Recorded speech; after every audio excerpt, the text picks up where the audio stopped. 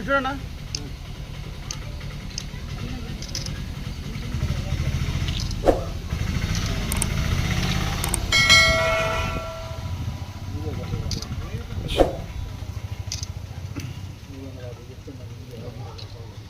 మా ఎమ్మెల్యే గారు ప్రశాంత్ రెడ్డి గారు అలాగే మా వేమిరెడ్డి ప్రభాకర్ రెడ్డి గారు ఇద్దరు కూడా ఈరోజు మాకు మంచి పాలన ఇస్తూ ఉన్నారు. కానీ మధ్యలో ఒక చిన్న విషయం పుట్టి ఈయనకి ఆయన ప్రసన్న కుమార్ రెడ్డి, నల్లపరెడ్డి ప్రసన్న కుమార్ రెడ్డి ఏదో చరిత్రలు చెప్తాడు. ఆయన ఏది నాన్న చరిత్రలు ఆ చరిత్రలు చరిత్రలు వద్దు, అన్ని చరిత్రలు తెలిసిన ఆయనవి ఈరోజు వచ్చేసాయంటే ఈయన ఎందుకు ఇంత విమర్శిస్తున్నావు? ఎలా విమర్శిస్తున్నావు అంటే ఒక మహిళలను చూడటం, ఒక మహిళలు మా అమ్మ చెల్లి పిల్ల అందరూ ప్రతి ఒక్కరు కూడా మహిళలే. నీ ఇంట్లో మహిళలే, మా ఇంట్లో మహిళలే. ఇలాంటి వాళ్ళని కూడా నువ్వు విమర్శిస్తున్నావు అంటే ఎలాగన్నా? అదే అనిల్ కుమార్ కూడా ఇలానే ఉన్నాడు. ఆయనేమో ఇదిగా అన్నట్టు, ఆయన ఏదో పెద్ద ఏం తెలియనట్టు, వీళ్ళెవరు ఎక్కడికి ఎవరికాడికి పోనట్టు, వీళ్ళు ఏం చేయనట్టు. అంటే ఇన్ని సంవత్సరాలు మీరు చేసిందంతా కూడా ఏ రోజున కనీసం ఈ రోజుకి ఒక్క మాట అన్న ఉంటుందా? లేదు కదా.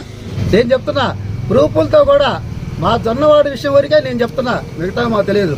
నీ ప్రూఫులతో కూడా మీరు చేసిన అవినీతి ఇదిగో చిట్టా చాలా ఉంది నా దగ్గర, ప్రూఫులతో కూడా ఇస్తాను నేను.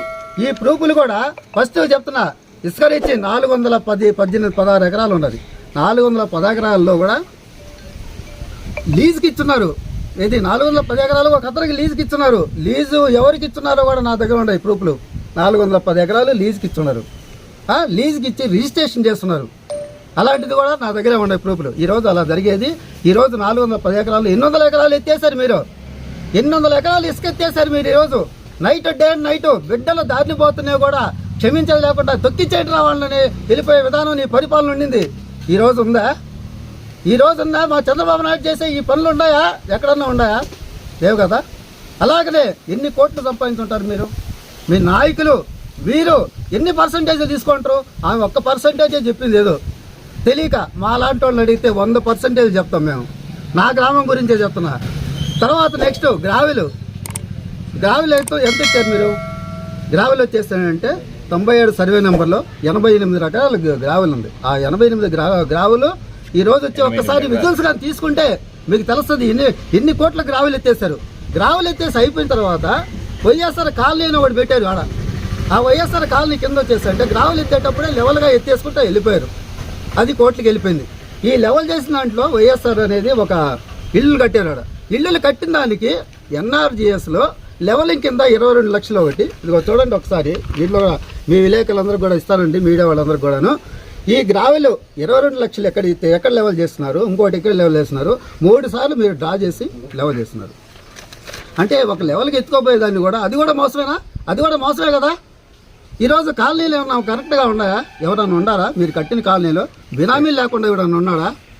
జొన్నవాడ దేవస్థానం భూములు ఈరోజు డీసీబీ రిజిస్టర్డు. ఏ ఈవో ఉన్నాడో ఏ టైంలో ఉన్నాడో నీ టైంలోనే పోయింది. నువ్వు చేసావో లేకుంటే నీ వాళ్ళు చేశారో, నీ ఈవోలు చేశారో, నీ నాయకులు చేశారో, నీ చైర్మన్లు చేశారో తెలియదు నాకు ఈరోజు.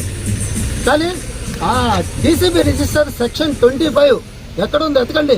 2000 ఎకరాలు ఉన్నప్పుడు అప్పట్లో సుబ్రహ్మణ్యం నాకు చూపించేవాడు. మేమిద్దరు చాలా బాగుండేవాళ్ళం. ఎన్నోసార్లు చెప్పుంటా వీడియోలు కూడా. ఈ విధంగా ఉంటాయి. దేవస్థానం ఆస్తులు కాపాడండి అని చెప్తా వచ్చాం.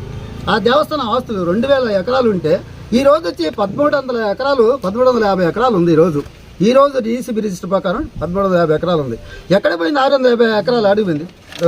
రా ఎన్క్వైరీ రా, ఎదురుగా రా, అమ్మవారు కామాక్షమ్మ ముందు పెన్నా నదిలో మునగదాం. ఎవరు తప్పు చేశారో ఇక్కడ రుజువుతో నేను చూపిస్తా. ఇక్కడ ప్రతిదీ కూడా వేలంపాట్ల కాడి నుంచి, తర్వాత వచ్చేసంటే అక్కడ జరిగే ఉద్యోగ నియామకాల గురించి, తర్వాత వచ్చి అన్నదాన విషయాల గురించి, ఎండోమెంట్ డిపార్ట్మెంట్లు కాకుండా స్పెసిఫిక్ ఎండోమెంట్ డిపార్ట్మెంట్లు 3 ఉన్నాయి మీకు. ఒకటి బాబురాజ్ సత్రం, ఒకటి వచ్చి నందిసేవ, ఒకటి అన్నదానం. ఈ డిపార్ట్మెంట్లో ఎవరెవరు ఎంత తిన్నారో ఒక్కోటి సీనియర్ అసిస్టెంట్ ఉన్నవాడు కూడా ఎక్కడికో వెళ్ళిపోయాడు. వాళ్ళంతా మీ వాళ్ళు కదా.